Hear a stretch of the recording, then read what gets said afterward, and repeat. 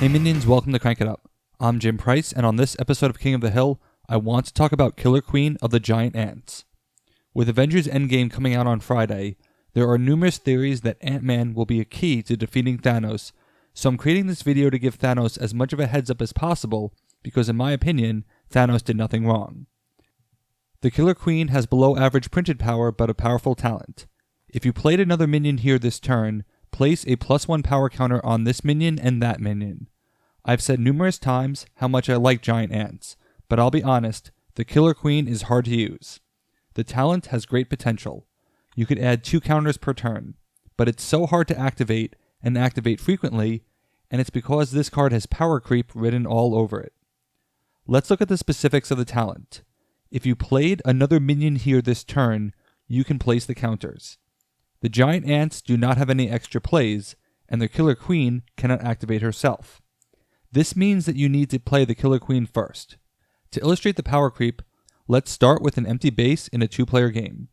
The average breakpoint is 20. I can play Killer Queen on an empty base. That's 4 power. Maybe an action gives Killer Queen another power counter or 2, but your opponent can add 2 power on their turn, trying not to add too much. If you want to try to milk Killer Queen, you might respond with a worker and activate the talent. Now the base is at 10 power with 10 to go. You have at least 4 counters, which is not enough to break the base even with action modifiers, and even if it was, your engine-style minion would have only contributed to 1 turn. But there are a number of other factions who can drop 10 power easily and blow up your engine before it has the chance to do much. Simply put, Killer Queen is slow and localized, which isn't good for an ability that seems tantalizing, being able to add 2 power a turn. We've seen other minions who could add 2 power in the form of Leader 2. While the power is temporary, if Killer Queen's ability is only activating once, it may as well be temporary. And Killer Queen is below average power, whereas Leader 2 is above average. Killer Queen doesn't really get many Gelf benefits, because Gelf obviously can't get the power counter, even though that would trigger Killer Queen. It's fair to ask, why are we trying to really milk this ability? It's because power counters mean so much to the giant ants. Each counter is additional power with We Will Rock You, and counters can be transferred for their very powerful base-breaking specials. The more counters you have to work with, the greater the swing, and the more bases you could break in a single turn. It also increases the flexibility of which bases you choose to break, since those counters can go in any direction. So I want to use Killer Queen's talent multiple times, and not just because of Standing Stones or the Great Wolf Spirit, although both do wonders for the Killer Queen. There are 2 main ways to maximize Killer Queen specifically, and I like the second much better than the first. The first is a Swarm partner, allowing Killer Queen to be played on the first turn. My problem is that, while this does speed up Killer Queen significantly, you still won't get multiple turns because you have to play a minion there each turn. And Swarm factions tend to be fast, slowing them down would give other factions a chance to overtake them. I have seen it work, but it's not my preferred method, which is movement.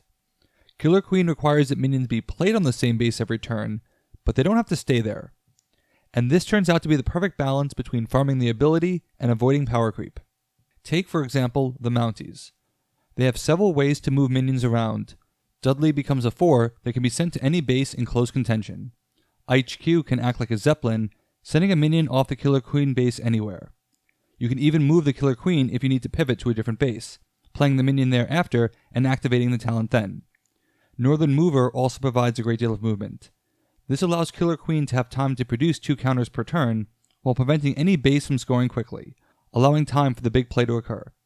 And when multiple minions start to pile on the Killer Queen base, that's where the Mounties really begin to provide value.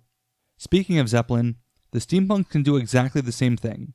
Between the Zeppelins and Captain Ahab's, there is more than enough movement to keep the power counters moving. The Steampunks can provide that instant power that allows them to compete while you are building up your engine.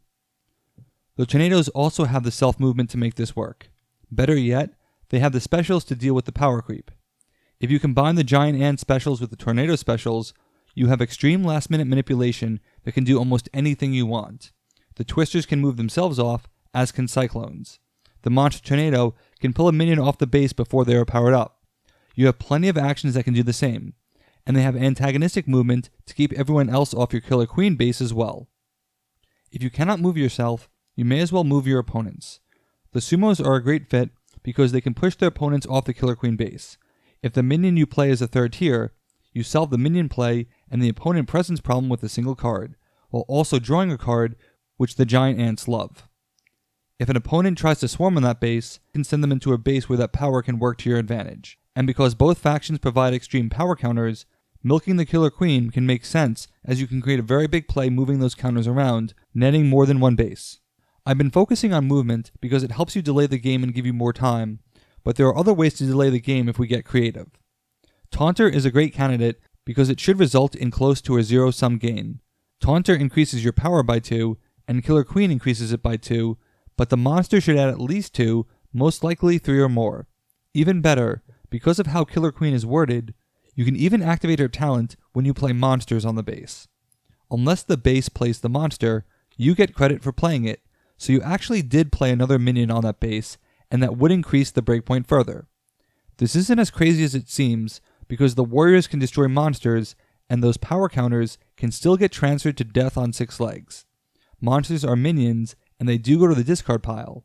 And because the warriors destroy monsters regardless of power, you can maximize your stalling while still getting the same number of counters, just using them differently. Instead of increasing the breakpoint, why not just prevent the base from scoring entirely? Time Travelers can do this with Stasis Field, which essentially gives you another turn or 2 of Killer Queen farming. It's Astounding can play Stasis Field from the discard pile. Note that with this combo, you have your choice of 2 Titans who can give you an extra action to manipulate those counters. But Time Box can give you that local extra minion play to play workers, allowing you to increase your counters by 4 per turn. This can make for a very powerful We Will Rock You play after you transfer the counters as you see fit. Throw in the fact that the Time Travelers have additional stall tactics, and this combo surprisingly works well. It's also worth mentioning how much Death on 6 legs helps the Killer Queen, because the Titan can pull off a counter from both minions. This makes the preservation of power much stronger than other cards like Air Doctor. It also helps with the burst potential. If you place a worker or a soldier for 2 counters on Killer Queen, and Killer Queen can generate 2 more counters, that brings you to 4. You can use those counters immediately for a quick burst elsewhere, transferring the counters and then using We Will Rock You, or using Gimme the Price to place more, then double. And because Death on 6 legs will preserve at least 2 of those elsewhere, it makes the inefficient burst more tolerable. My biggest takeaway is that I like the Killer Queen, but it requires extreme support from your partner faction to use properly.